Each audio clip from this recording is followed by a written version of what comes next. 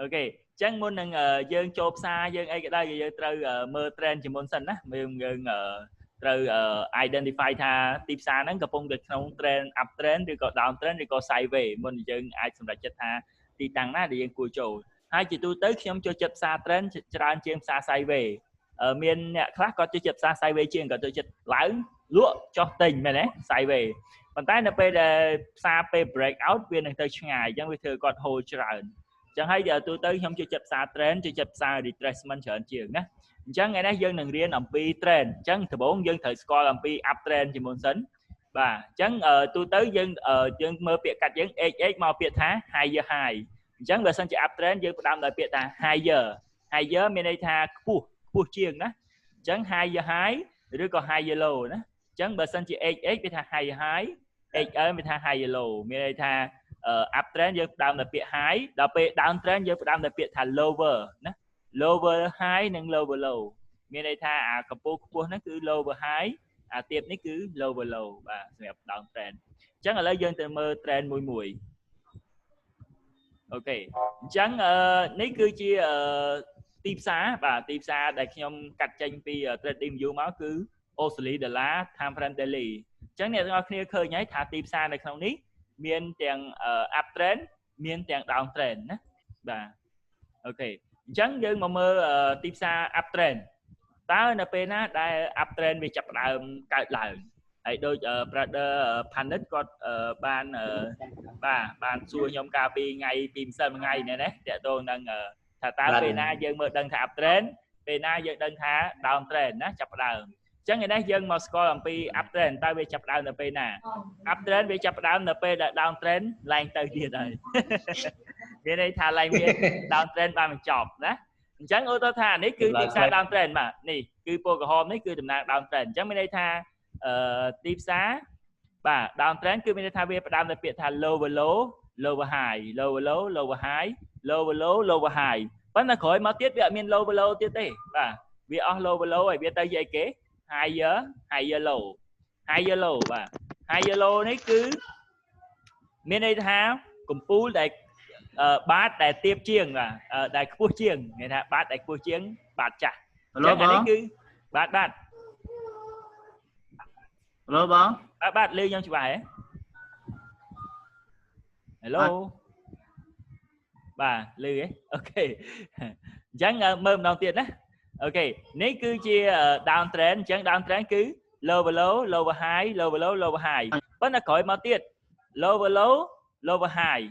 tại là khỏi mà tiết ở miền low low tới cứ miền té 2 giờ low miền này tha cầm pu nó bị chập đam lên tiếp vậy về tới chụp cuộc chiến đó khỏi mà tiết về chập đam break này lạnh bao vía bà break này lạnh về bạc tây kế hello bông hello ba mấy chồng lư cái bông sát chả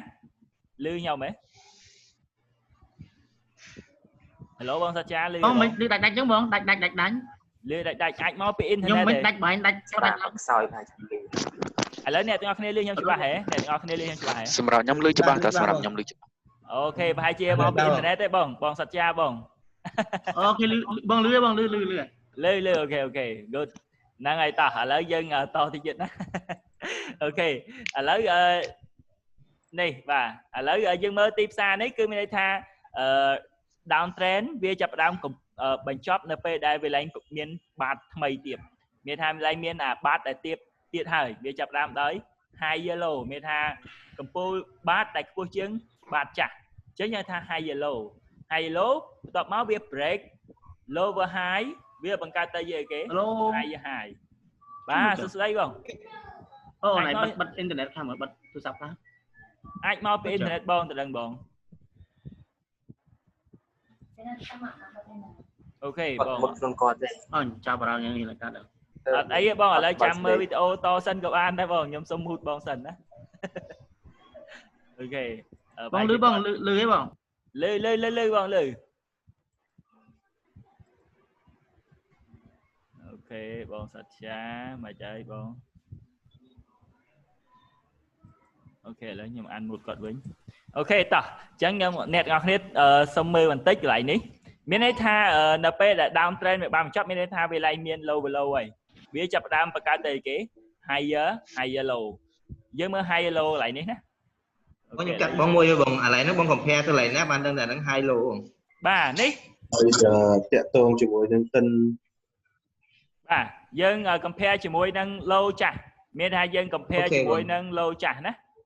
chẳng Canada dương compare chỉ môi nâng low chả dương đang thay tới chia cái high low cuối downtrend miền hai bây chập đam low và low nâng low và low bàn tay khỏi mà tiếp lên low ơi miền tới chia cái higher low high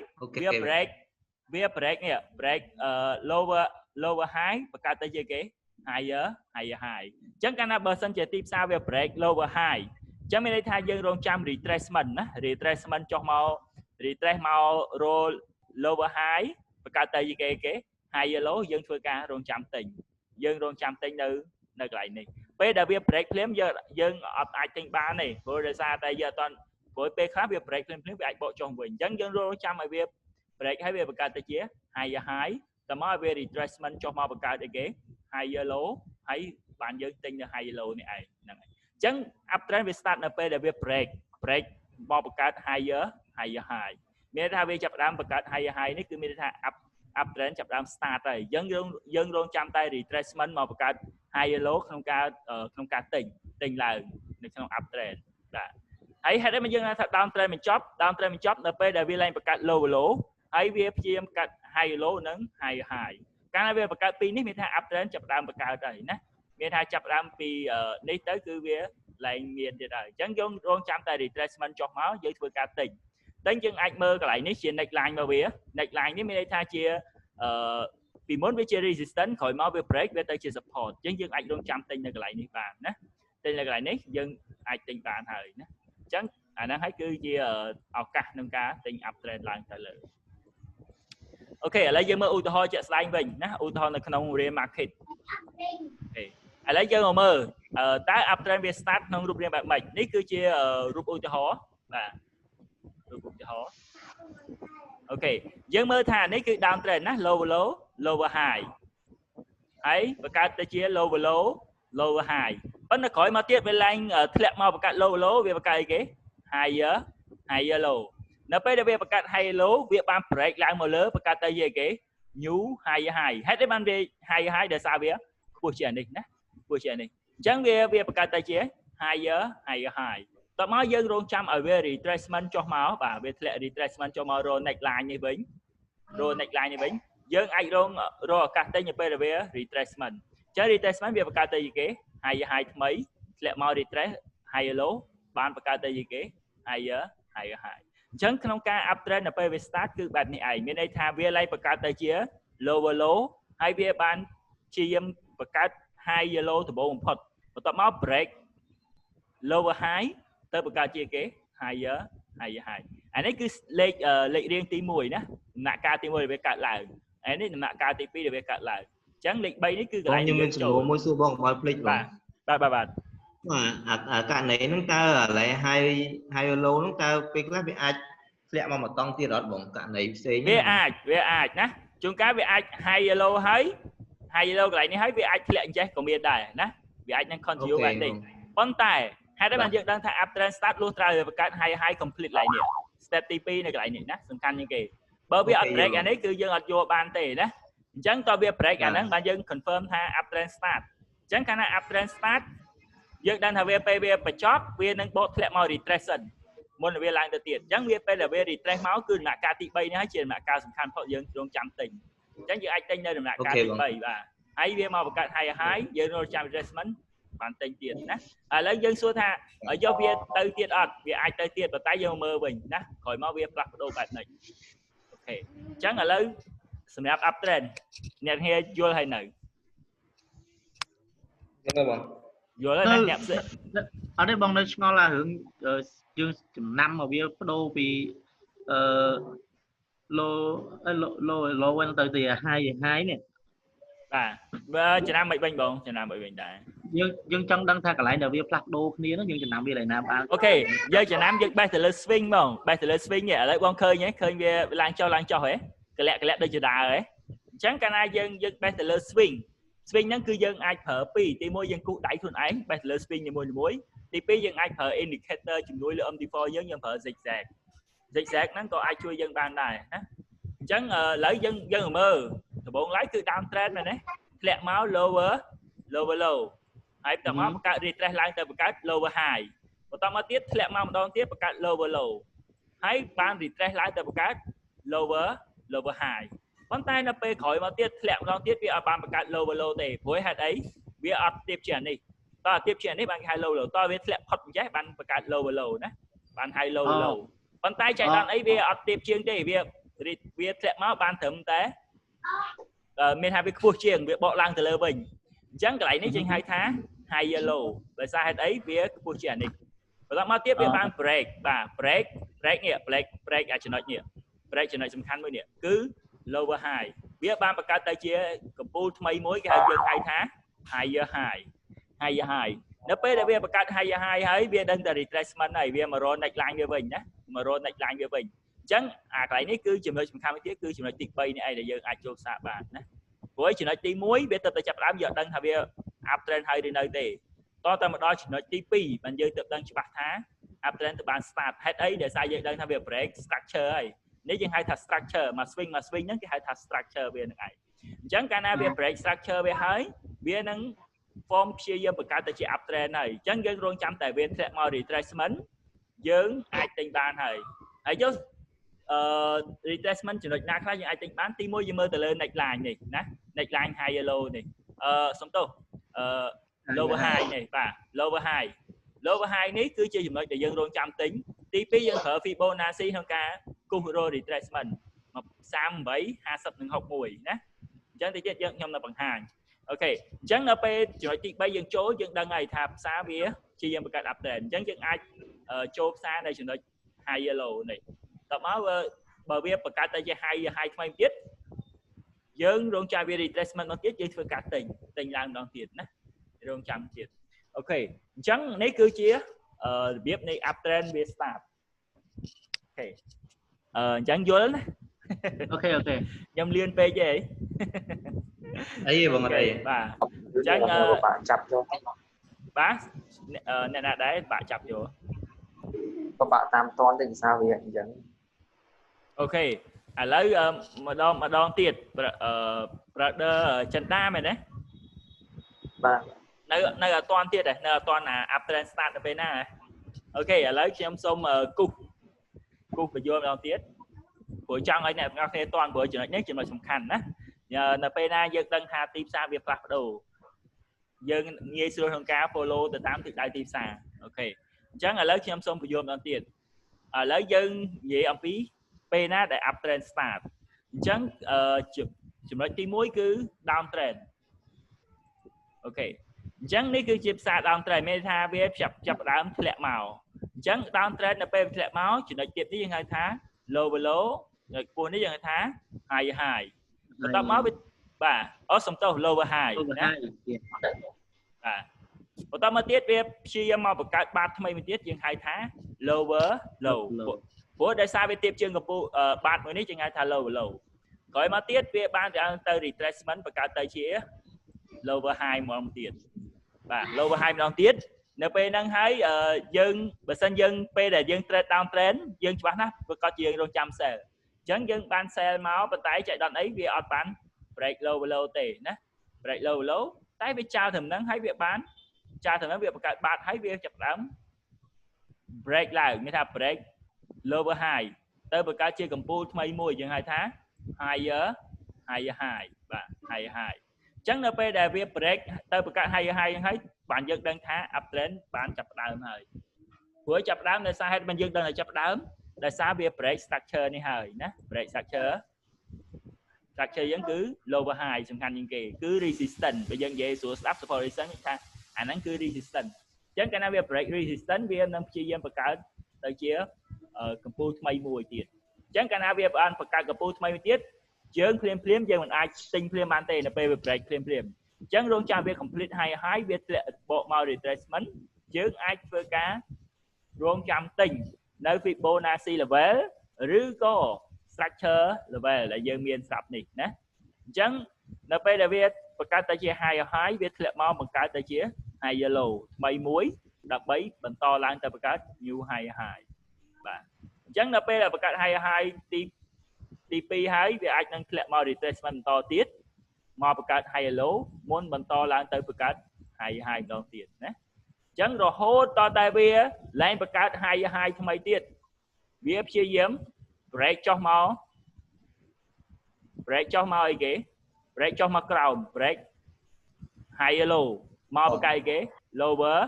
low មកបង្កើត low ឡើងទៅ retracement បង្កើតអីគេ lower high មុននឹងវាបន្តធ្លាក់មកបង្កើត new lower low ម្ដងទៀតណាអូខេអញ្ចឹងកាលណាយើងមើលយើងដឹងហេតុអីបាន uptrend start នៅពេលវា break នេះ break ចំណុចសំខាន់នេះគឺ lower high នេះបាទ lower high ហើយមកបង្កើត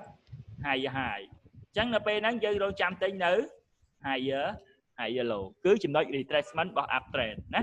ដល់ពេលវាបង្កើត downtrend ភ្លាមក៏ដូចគ្នាដែរពេល break មកភ្លាមយើងមិនអាច sell ភ្លាមបានទេប៉ុន្តែយើងរងចាំឲ្យវា retracement ឡើងមកretracement បង្កើត lower high យើងអាចធ្វើការលក់បានណាអូខេអញ្ចឹងឥឡូវយើងមកមើលនេះគឺជាឧទាហរណ៍សម្រាប់ uptrend start អូខេអញ្ចឹងអ្នកហ៊ានតាន់កន្លែងនេះអូខេបងនិយាយថាទៅពេលចេញកន្លែងសញ្ញាហ្នឹងហើយយើងរងចាំទិញទៅចំណុចhigh low ហ្នឹងចាំទិញពីក្រោមទៅបាទយើងរងចាំទិញនៅពេលវា retracement ណាវា retracement មកបង្កើត higher low មកបង្កើត higher low អូខេឥឡូវខ្ញុំទៅមើលឧទាហរណ៍ជាក់ស្ដែងមាសចោះណាឥឡូវយើងមើលមាសអត់គ្នាបើកមាសមួយលើ account demo អូខេឥ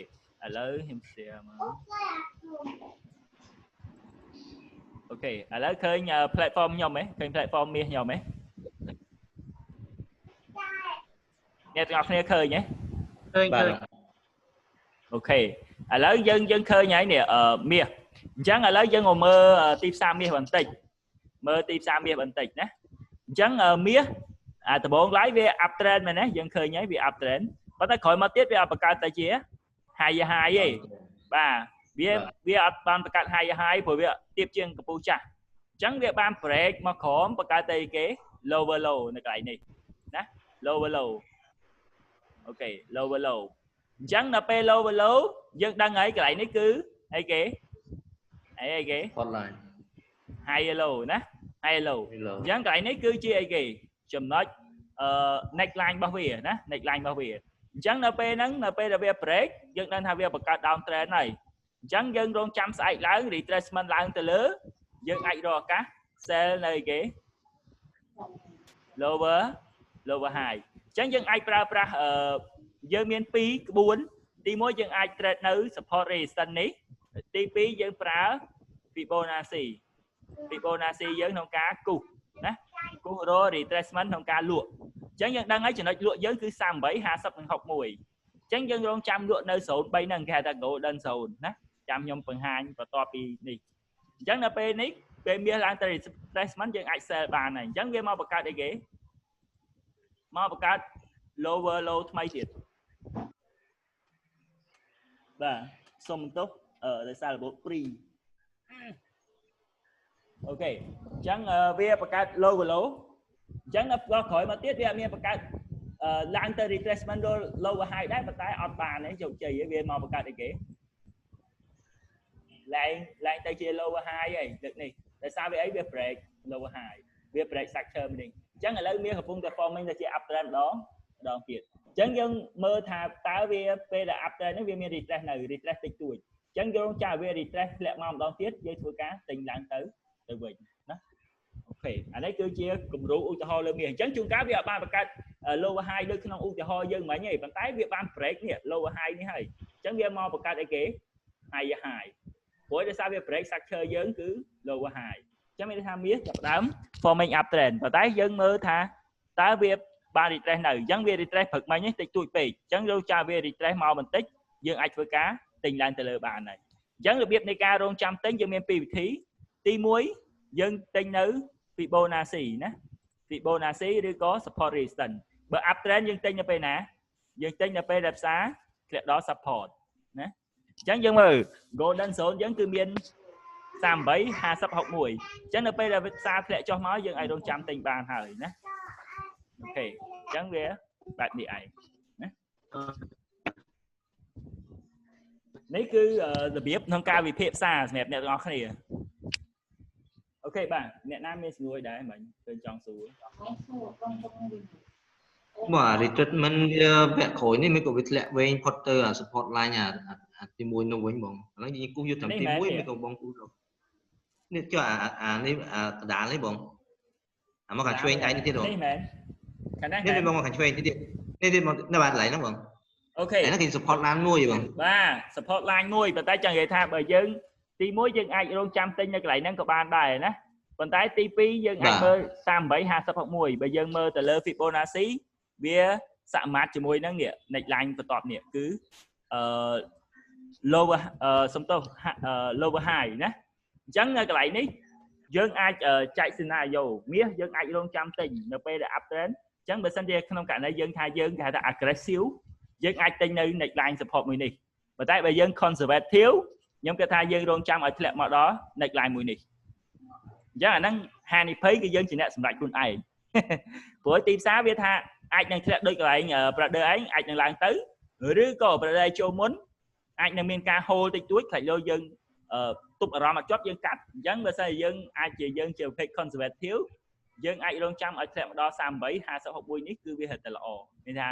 risk របស់យើងតិចកាលណាយើងធ្លាក់ដល់កន្លែង stop loss យើងអាចនៅកន្លែងនេះទេណាប៉ុន្តែបើសិនយើងចូលទៅនេះ stop loss នេះឡើងបងអានេះឡើងទី2ហ្នឹងគេហៅគេបង next line កន្លែងនេះមែន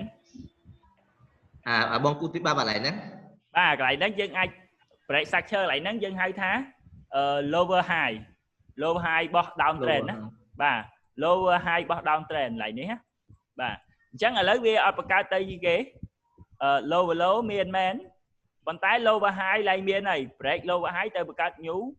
high អូខេអញ្ចឹងនៅពេលហ្នឹងយើងរងចាំឲ្យវា retracement ហើយបើយើងហៅ high ដោយសារតែវាខ្ពស់ជាងអានេះ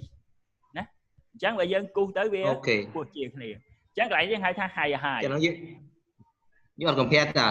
ពីកម្ពស់ខាងនេះទេណាបាទអាខាងនេះយើងតែពិតយើង compare ទៅលើ resistance ប៉ុន្តែយើងអត់ compare ជាមួយអាខាងនេះទេព្រោះអាខាងនេះវា complete boss cycle វាហើយយើង compare តែជាមួយ swing ថ្មីនៅចិត្តវាទេណាអូខេយើង compare ខាងនេះលើកឡើងតែយើង compare ជា resistance ក្នុងការ take profit ឬក៏យើងអាចtake profit ឬក៏យើងអាចចេញពីផ្សារទេអាហ្នឹងគឺយើង compare បែបហ្នឹងព្រោះមិនមែនផ្សារឡើងម្ដងនេះបានយើងទិញទេយើងរងចាំវាធ្លាក់ចាំយើងទិញនោះទៅរិះយើងវាតិចណាមិនមែនណាកំពុងតែឡើងម្ដងនេះហើយបានដើមទិញអាហ្នឹងខុសហើយអូខេយល់ណាអ្នកទាំងអស់គ្នាមិនមែនតែ Prader ផានិតទេទាំងបងនីរ៉តទាំងអីទាំងអស់គ្នាណាបាទបងបាទខ្ញុំអ្នកគ្នាយល់បាទហ្នឹងវត្តរបស់វាបានថា uptrend ហើយ downtrend គឺចប់វត្តវាហ្មងហ្នឹងបាទវាចប់វត្តវាអាចមាន sideways នៅចន្លោះកណ្ដាលដែរឥឡូវតិចទៀតយើងទៅមើលផ្សារជាក់ស្ដែងណាវាពេលខ្លះវាអត់អាចថា downtrend ហើយទៅ uptrend ភ្លាមៗទេវាអាចនៅ sideways ជុំហើយបានទៅជា downtrend បន្តឬ uptrend ទៅវិញអញ្ចឹងណាអញ្ចឹងក្នុងទីផ្សារវាបត់បែនយើងអត់អាចនិយាយថា downtrend ហើយ uptrend downtrend មែនទេវាមាន sideways តិចទៀតសិនមុនវាបន្តទីដៅរបស់វាឬក៏បកត្រឡប់ទៅវិញណាអូខេចាស់ឥឡូវមកអ្នកណាឃើញគេនេះខ្ញុំណា slide ខ្ញុំវិញម្ដងអូខេតោះឥឡូវយើងមើល downtrend start វិញម្ដងអញ្ចឹងមិញខ្ញុំបញ្យល់អ្នកគ្នា uptrend start អញ្ចឹង downtrend start ក៏ដូចតែគ្នាទៅនឹង uptrend start ដែរគឺមានន័យថា downtrend វាចាប់ផ្ដើមនៅពេលដែល uptrend អស់ខ្យល់ហើយមានថា high low high low high ក្រោយមកទៀត high low ប៉ុន្តែអត់មាន high មកបង្កើតអីគេ lower high យើងហៅថា lower high បានដោយសារតែវាទៀបជាងកំពូលនេះអញ្ចឹងកន្លែងយើងហៅថា lower high ប៉ុន្តែក្រោយមកទៀតវាបានធ្លាក់មកបង្កើត break អានេះ break high low មកបង្កើតទៅជា new lower low អញ្ចឹងកាលណាវា break new lower low យើងដឹងថាអូខេ trend មួយនេះចាប់ផ្ដើមបដូរហើយមានថាចាប់ផ្ដើមបដូរនៅពេលដែលវា break អានេះរួចហើយណាហើយជាចំណុចសំខាន់មួយដែលយើងត្រូវចាំវា break កន្លែងនេះហើយអញ្ចឹងកាលណាវា break ហើយយើងដឹងថាវាបង្កើតទៅជា down trend ហើយអញ្ចឹងយើងរងចាំឲ្យតែវា retracement ឡើងទៅលើយើងរងចាំលក់ណាលក់នៅ lower high អញ្ចឹងដល់ពេលយើង sell ទៅយើងអាចដាក់ stop loss នៅលើនេះឬក៏សុវត្ថិភាពយើងដាក់ stop loss លើនេះអញ្ចឹងកាលណាបើសិនជាវាធ្លាយផ្សារឡើងម្ដងនេះមែនមានថា down trend ត្រូវបានដូរទៀតហើយទៅជា up trend វិញណាបើសិនក្នុងករណីផ្សារឡើងម្ដងនេះមានថាវាឡើងទៅជា lower high វាអាចនឹងចង់បង្កើតទៅជា 2 វិញអញ្ចឹងអាហ្នឹងវាថាចប់ហើយអា downtrend ចប់ប៉ុន្តែក្នុងករណីនេះបើសិនជាវា retracement នៅត្រឹម 38.51 នៅក្នុង level នេះហ្នឹងគឺយើងអាច sell បានណា sell យើងអាច take profit នៅចំណុចនេះយើងអាច take profit ម្ដងឬក៏យើងអាច trailing stop ដេញរហូតដល់បង្កើត low ក៏បានដែរអូខេឥឡូវយើងទៅមើលឧទាហរណ៍តែម្ដងណាយើងមើលឧទាហរណ៍យើងអូខេឥឡូវយើងមើលឧទាហរណ៍យើងតពី uptrend នេះអញ្ចឹង high បានបង្កើត high low ក៏បានបង្កើត high ក៏បានមកដល់ប៉ុន្តែក្រោយមកទៀតវា break ណា break low high high low វា break high low វាបានមកបង្កើតអីគេកន្លែងនេះសុំទោសខ្ញុំសេខុសដល់កន្លែងនេះគឺ lower low ដោយសារតែបាទ lower low ដោយសារតែវាទៀបជាងកពូលនេះណាយើងឡើងហៅ high low ហើយ high low លើកឡើងតែវានៅខ្ពស់ជាងអានេះនៅខ្ពស់ជាងអានេះបានយើង high low មានថាបើវាត្រឹមតែនេះអីយើងហៅ high low ប៉ុន្តែឥឡូវនេះវាបង្កើត high low ទេវាបង្កើត lower low តែម្ដង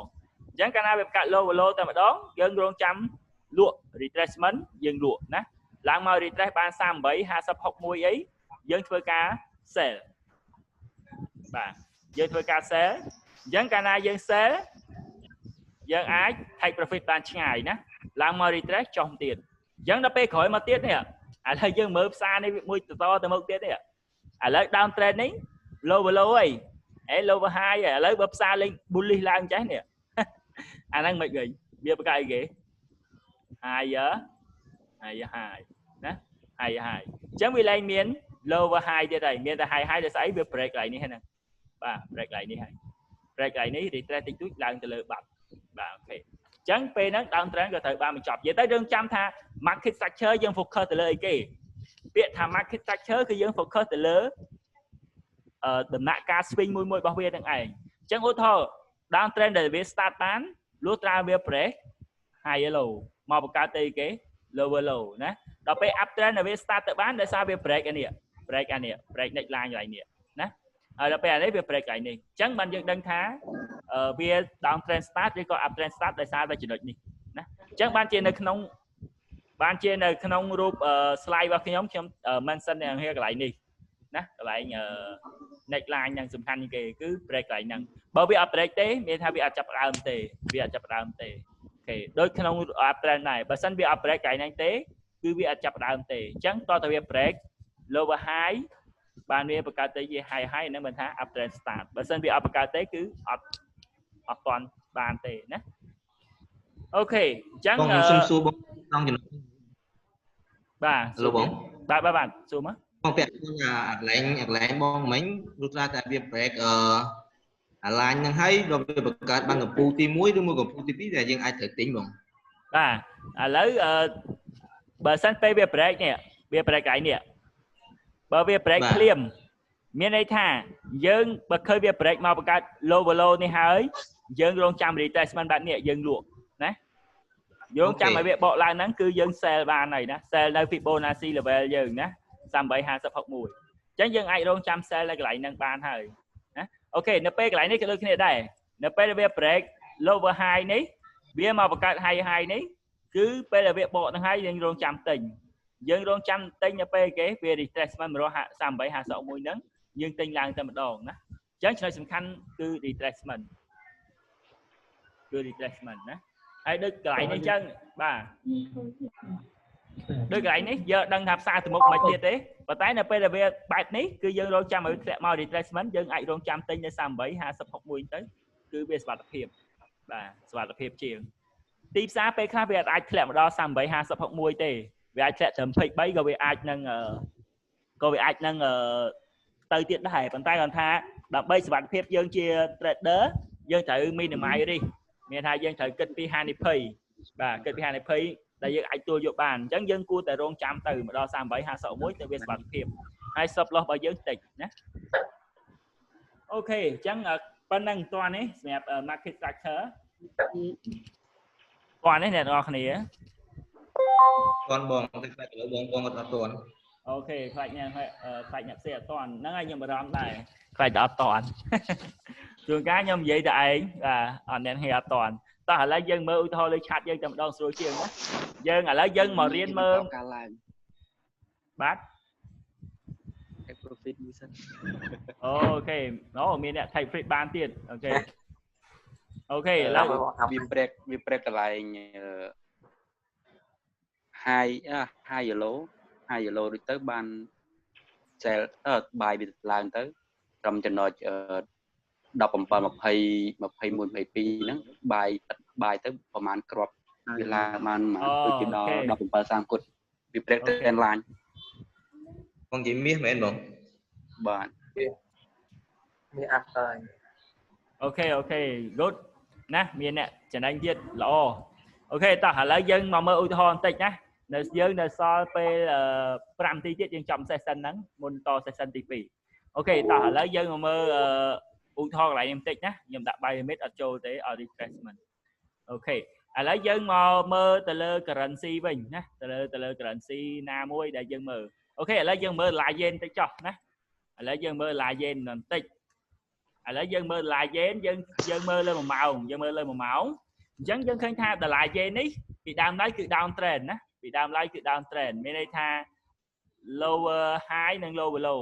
ប៉ុន្តែក្រោយមកទៀតវាបង្កើត lower high តបមកទៀតអត់មាន lower low ទេវាចាប់ដើមជ្រុំនៅហ្នឹងមានថាវាឡើងមាន lower low lower high ទៀតហើយវាចាប់ដើម sideways កន្លែងចំណុចនេះហើយដែលយើងនិយាយថា sideways មានន័យថាវារងចាំអ្វីមួយនៅក្នុងការ break ឡើងទៅលើណាអ្នកទាំងអស់គ្នាកាលពីម្សិលបានរៀន trend line និង chart pattern ខ្លះហើយមែនទេរៀនដែរបងបាទរៀនណាអូខេរៀនល្អអញ្ចឹងអូខេអញ្ចឹងនៅកន្លែងនេះយើងអាចបាននិយាយថាវាព្យាយាមចូលទៅក្នុង pattern triangle រងចាំបាទរងចាំព័ត៌មានរងចាំអ្វីមួយក្នុងការ break អញ្ចឹងឥឡូវយើងមើលឃើញថា dollar yen អត់ទាន់មាន trend ច្បាស់លាស់ទេមានន័យថាវាអត់បង្កើត higher high ឬក៏ higher low អីទេវាស្ថិតនៅក្នុង range មួយនៅក្នុងទីផ្សារ range មួយដែលយើងហៅនិយាយថាវាចាប់ផ្ដើម consolidate វាចាប់ផ្ដើមរួមតូចទៅនៅក្នុងការ break អញ្ចឹងវាអាចនឹងរងចាំព័ត៌មានអ្វីមួយនៅក្នុងការ break ឡើងទៅលើឬក៏មកក្រោមណាបើវា break ឡើងមកដល់ចំណុចនេះមុននឹងបន្តទៅ resistance បន្តទៀតអញ្ចឹងឥឡូវនេះ dollar yen សម្រាប់ dollar yen វាចាប់ផ្ដើមអាចនឹង break ហើយព្រោះយើងឃើញមានកម្លាំងចាប់ផ្ដើមចូលមកហើយបាទអញ្ចឹងកន្លែងនេះគឺ dollar yen យើងអត់មាន trend ទេណាអត់មាន trend ទេឥឡូវយើងទៅមើល currency ផ្សេងដូចជាពួក pound នេះវិញណាអូខេឥឡូវយើងមើល pound វិញម្ដងណាឥឡូវអ្នកគ្នាឃើញ pound នៅក្នុងដំណាក់កាលណាមួយដែរនេះបច្ចុប្បន្ន pound ខ្ញុំសូមលុប correction នឹងចេញតិចកុំឲ្យច្រឡំស្លេចអត់បានទៀតលោកស្លេចអត់បានសុំទោសអូអាហ្នឹងគេ Bonasi ទៅវិញអញ្ចឹងខ្ញុំស្លេចអត់បានអូខេតោះឥឡូវយើងមើល pound នៅក្នុងដំណាក់កាលណាដែរ pound នៅក្នុង trend ណាមួយ down trend down trend ណាអូខេអញ្ចឹងយើងមើលឃើញថា pound នៅក្នុងដំណាក់កាល down trend អត់ទាន់មាន up trend អញ្ចឹងនៅពេលណាបានវាបង្កើតទៅជា up trend ណាបើយើងនិយាយថា pound ឥឡូវនេះវាស្ថិតក្នុងដំណាក់កាល down trend ត្រឹមត្រូវហើយបើយើងនិយាយថា sideways ក៏អត់ទាន់មានដែរព្រោះឥឡូវនេះ pound វាបើយើងនិយាយទៅលុយនេះវាក្នុងដំណាក់កាល down trend ហើយវាបង្កើតអីគេកន្លែងនេះអីគេ lower high មែនទេ lower high បាទ lower high កន្លែងនេះ lower low ប៉ុន្តែមកដល់កន្លែងនេះមាន lower low ទៀតហើយនៅទេមែនទេវាអាចនឹងបង្កើតកន្លែងអីគេហ្នឹង high low yes high low អញ្ចឹងឥឡូវយើងចាំមើលអីគេយើងរងចាំអីគេបានយើងអាចទិញ pound បានយើងរងចាំអីគេនេះយកបង្កើត high break រងចាំ break ណារងចាំ break resistance រងចាំ break resistance មកបង្កើត higher high មកបង្កើត higher high ឲ្យវាធ្លាក់មក retracement ឲ្យវាធ្លាក់មក retracement យើងធ្វើការទិញតែម្ដងណាអូខេអញ្ចឹងអ្នកហេយល់ណាបើសិនជាមើលអញ្ចឹងអ្នកហេយល់នៅបាទខ្ញុំមើលអញ្ចឹងឆាប់យល់ជាងអូខេមើលអញ្ចឹងឆាប់យល់ជាងណាអូខេឥឡូវយើងបានដឹងបាទឥឡូវយ៉ាងម៉េចបានដឹងថា pound ត down trend ទៀត pound ត down trend ទៀតឥឡូវយើងដឹងថាកន្លែងនេះ lower low មែនទេបាទនេះអីគេ lower high ណា lower high ហើយឥឡូវនេះយើងអត់ដឹងថាកន្លែងនេះជា high low ឬក៏ low low ទេរងចាំវា complete សិនណាឥឡូវវាស្បិតតែ zigzag ចាប់មែនតែយើងអត់ដឹងទេណាយើងរងចាំសិនតតែវាចាប់ហើយវាអាចមកចាប់ថ្មីទៀតទើបយើងដឹងណាអញ្ចឹងឥឡូវយើងមើលសិនទោះជាកន្លែងនេះ កន្លែងនេះបង្កើតទៅជា high yellow ក៏ដោយប៉ុន្តែជាក់ស្ដែងបើសិនជាបន្តិចទៀត pound ធ្លាក់មកអញ្ចេះអាហ្នឹងមានន័យថាម៉េចមានថា pound បន្តទៅ down trend ទៅ down trend យ៉ាមកបង្កើត lower low យើងរងចាំឲ្យវា retracement យើង sell វិញម្ដងយើង sell នៅចំណុចនេះបាទមកបង្កើត sell អញ្ចឹងសម្រាប់ pound ឥឡូវ scenario យើងមាន2មានន័យថារងចាំឲ្យ break កន្លែងនេះឬក៏ break កន្លែងនេះតែម្ដងទើបយើងអាច trade បានបើសិនជាវាដូចដំណាក់កាលឥឡូវជុំចេះយើង trade បានទេណាបើសិនវានៅតែ play បែបនេះចុះឡើង